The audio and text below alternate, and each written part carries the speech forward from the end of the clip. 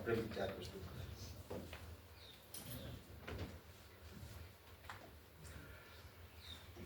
मंचस्थ और सम्मुखस्थ विद्वज्जन, अभी थोड़ी देर पहले आदरणीय विजय जी ने कहा था कि कार्यकर्ता किसी भी संगठन का मेरुदंड होता है। उसी के पश्चात श्रद्धेय बादल जी ने बड़े आदर पूर्वक दत्तोपंत ठेंगड़ी जी का नाम लिया था, स्मरण किया था। आज मैं प्रस्तुत हूँ दत्तोपंत ठेंगड़ी जी की एक पुस्तक कार्यकर्ता पर दो शब्द कहने के लिए।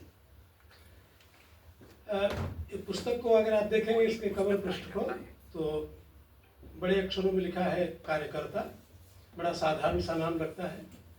उसके नीचे 3 शब्द लिखे हैं, अधिष्ठान, व्यक्तिमत्व, व्यवहार। जब आप इन शब्दों को पढ़ते हैं तो लगता है कि जितना सरल इसका शीर्षक है, विषय उतना सरल नहीं, गंभीर होगा। आप पढ़ने के लिए आकर्षित होते हैं। कार्यकर्ता के ऊपर लिखा है राष्ट्रीय स्वयंसेवक संघ। कार्यकर्ता तो किसी भी संगठन का मेरुदंड होता है, लेकिन इस पुस्तक में राष्ट्रीय स्वयंसेवक संघ के कार्यकर्ताओं के मुख्यतः 3 आयामों पर चर्चा की गई है। अधिष्ठान, उसका ध्येय क्या है, ये जो विषय है। संघ का ध्येय समझ लीजिए, या संघ के कार्यकर्ता के लिए वो ध्येय की निष्ठा क्या है।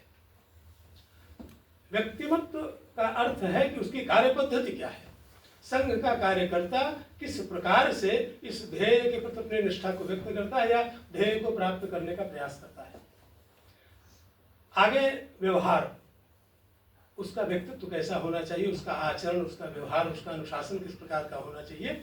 मुख्यतः इन 3 खंडों में ही ये पुस्तक विभाजित है। कवर पृष्ठ के अंतिम पृष्ठ पर आप जाएंगे, जिसमें पुस्तक के विषय में प्रायः संक्षिप्त परिचय लिखा रहता है। उसके अंतिम शब्द बड़े मार्मिक हैं और इस पुस्तक के विषय में पूरी बात कह जाते हैं, जो शायद मुझसे छूट जाए। उन्होंने लिखा है ये पुस्तक उपनिषद है, और आगे लिखा है हाँ उपनिषद, और फिर लिखा है संघोपनिषद। इस पुस्तक का उस दृष्टि से, उस श्रद्धा के साथ, उस गंभीरता के साथ अध्ययन किया जाना चाहिए अगर आप संघ को जानना चाहते हैं तो। और मेरा अपना विश्वास है, अपना अनुभव भी है, संघ को आप जितना इन संघ से संबंधित पुस्तकों के माध्यम से जान सकते हैं, सत्संग करके या किसी के साहचर्य से उतना नहीं जान सकते हैं। पुस्तक 300 पृष्ठों की है, लेकिन अगर आप अंतिम पृष्ठ के थोड़ा पहले देखेंगे परिशिष्ट को, आप आश्चर्यचकित हो जाएंगे। 300 से अधिक विद्वानों और महापुरुषों के संदर्भ उसमें दिए गए हैं। इनमें कुछ कुछ संदर्भ कई बार आए होंगे, यानी प्रत्येक पृष्ठ पर कई अनमोल वचन आपको मिलेंगे पुस्तक के। 300 पृष्ठों की पुस्तक और 300 से अधिक महापुरुषों के सद्वचन। एक और बात जो इस पुस्तक को, इस गंभीर विषय को आगे बढ़ाने के लिए, आपकी रुचि को बनाए रखने के लिए आवश्यक होती है, इसमें हजारों मतलब 1,500-2 हजार तो कम से कम उद्धरण है। उद्धरण नहीं, उनको संस्मरण बोलेंगे, जो छोटी छोटी कथाएं हैं, विषय में आपको कहीं अरुचि होने नहीं देती हैं, रोचकता बनाए रखती हैं। पुस्तक पठनीय है, ऑनलाइन क्या बोलते हैं उसको, PDF फॉर्म में भी अवेलेबल है। अगर आपको न मिले तो सद्य आप उसको प्राप्त कर सकते हैं, पढ़ सकते हैं। बहुत पठनीय पुस्तक है। थोड़ा सा उसके 3 जो आयाम हैं उन पर चर्चा कर लूं। अधिष्ठान मतलब ध्येय। ये दोनों शब्द जो है ना, अधिष्ठान, व्यक्तिमत्व, कर्ता, ये सब जो ठेंगड़ी जी ने लिखा है कि ये मंत्र भगवत गीता के 18वें अध्याय के 14वें श्लोक से लिए गए हैं। भगवान कार्य सिद्धि के लिए 5 हेतु बताते हैं। इन 5 का अगर आप पालन करते हैं तो कार्य सिद्धि, उसका वैभवत्व निश्चित है। अधिष्ठानम तथा कर्ता, करणं च पृथक विधम, विविधाश्च पृथक चेष्टा दैवं चैवात्र पंचमम। अधिष्ठान ये पहला है, उसमें अधिष्ठान मतलब ध्येय। आपका ध्येय क्या है, आपके संगठन का ध्येय क्या है, संघ का ध्येय क्या है। और आप अगर थोड़ा गंभीरता से देखेंगे उस पुस्तक में भी यही लिखा है कि हमारी जो संघ की प्रार्थना है वो इसी श्लोक का भाष्य है। ये सारे बिंदु सूत्र रूप में हमारे संघ की प्रार्थना में उपस्थित है। ध्येय दो बातें, परम वैभवम नेतु में तत्स्वराष्ट्रम और भारत माता की जय। ये संघ का ध्येय है, यही परम ध्येय है। इसी पर संघ का पूरा ढांचा खड़ा हुआ है। कर्ता, कर्ता कौन? इमे साधारण त्वान नमामो वयम। हम जो हैं, जो उस प्रार्थना को गाते हैं रोज, वही इसके कर्ता है। करणं च प्रसिद्धम, जो इस ध्येय को प्राप्त करने में सहायक होते हैं, साधन होते हैं। कारण क्या है? हमारी संघ की दैनिक शाखा, हमारे संघ के जो नैमित्तिक उत्सव हैं, 6 उत्सव जो हम नियम से मनाते हैं, संवाद, संपर्क, जो हमारे वर्ग होते हैं, इन सब साधनों से ये हमारी ध्येय निष्ठा प्रबल होती है। उसके बाद कहते हैं कि विविधाश्च पृथक चेष्टा, अनेक प्रकार की और पृथक पृथक मतलब स्वायत्त कह लीजिए, अपने निर्णय में स्वतंत्र कह लीजिए, ऐसे जो हमारे आनुषंगिक संगठन है, ये हमारी उस परम वैभव के लक्ष्य को प्राप्त करने के लिए विभिन्न प्रयत्न हैं।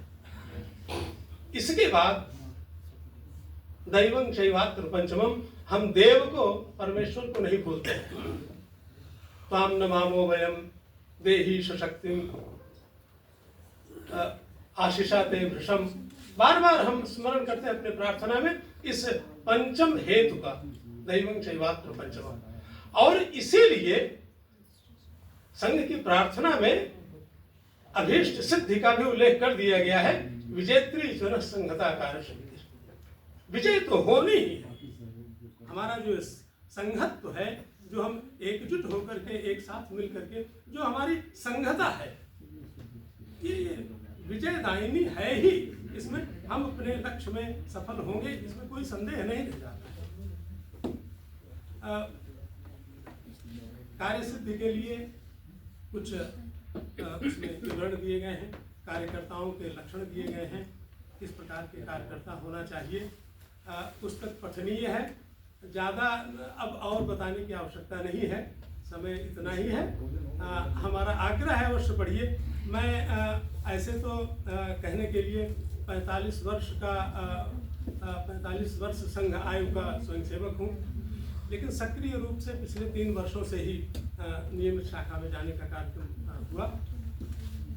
1 साल तो ऐसे ही गया आया शाखा में, समझने की आवश्यकता भी नहीं समझी अंतरंग रूप से। दत्तोपंत ठेंगड़ी जी के विषय में एक बात और बता दें। 21 वर्ष की आयु में LLB परीक्षा पास करने के बाद आप संघ के पूर्णकालिक संचालक बने, और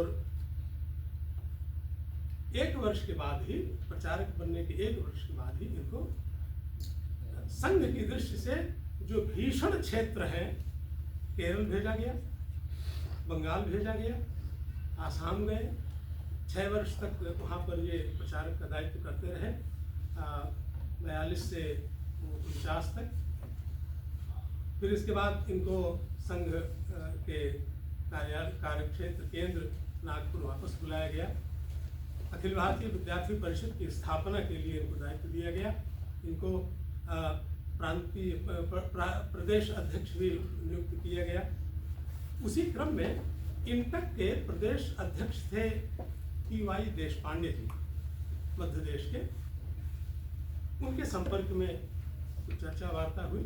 इनके व्यक्तित्व से प्रभावित होकर के उन्होंने एक विचित्र ऑफर दिया इनको कि राष्ट्र सेवा करनी है तो वहाँ क्यों पड़े हो, निकर पहन के घूमने के साथ इंटक ज्वाइन करो, ये बड़ा मंच है, कांग्रेस का मंच है, यहाँ तुमको ज़्यादा अवसर मिलेंगे।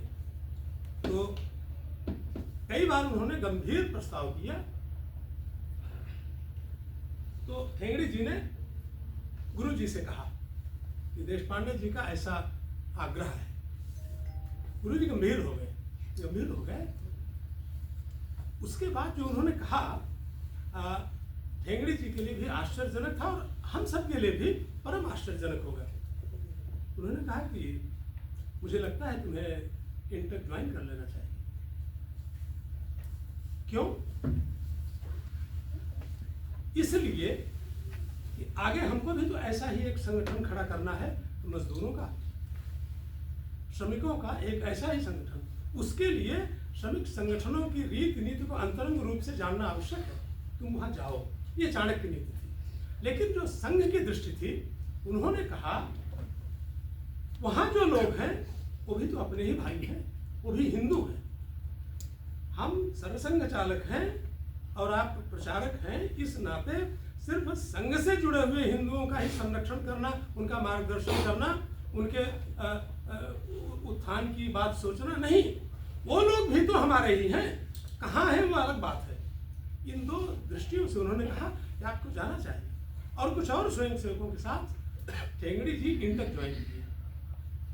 इंटक के बाद उन्होंने सीपीएम और इंटक के वो प्रदेश के महामंत्री बनाए गए, क्योंकि देशपांडे जी ने उनको आमंत्रित किया था, प्रदेश के महामंत्री बनाए। इंटक के बाद उन्होंने सीपीएम का एक संगठन AIBEA, all India bank employees association, ये सीपीएम का संगठन था, उसमें गए, उसमें संगठन मंत्री रहे। उसके बाद वो सीपीआई के संगठन में गए, आरएमएस यूनियन, सीपीआई का अनुभव लिया। ये तीन बड़े मंच थे मजदूर संघों के, मजदूरों के। इसके बाद फिर ये 42 से 49 तक ये कार्यक्रम चलता रहा। फिर 49 में वो वापस आए। वापस आ करके फिर उन्होंने भारतीय मजदूर संघ 55, 49 से 55 तक, 55 में उन्होंने भारतीय मजदूर संघ की स्थापना की। अच्छा, और ये जो 49 से 55 तक ये विभिन्न संगठनों में काम करते रहे। इसी बीच में सन 51 में भारतीय जनसंघ की भी स्थापना हो गई थी। आश्चर्य होता है कि उन दायित्वों में रहते हुए भी जनसंघ के भी वो मध्य देश के महामंत्री रहे 51 से 53 तक, 3 वर्ष। ये कैसे ये तालमेल करते थे लोग, ये महापुरुष लोग थे, ऐसा कर लेते थे। बड़ा विविध अनुभव था उनका। कार्यकर्ता ठेंगड़ी जी का प्रमुख विषय था। करीब 200 से अधिक पुस्तकें उन्होंने लिखी हैं, जिनमें कई पुस्तकें सिर्फ कार्यकर्ताओं पर हैं। कार्यकर्ता एक मनस्थिति, कार्यकर्ता की मनोदशा, कार्यकर्ता का व्यवहार, इस तरीके से कई पुस्तकें उन्होंने, और ये पुस्तक तो रतन है, इसको अवश्य पढ़िए। धन्यवाद।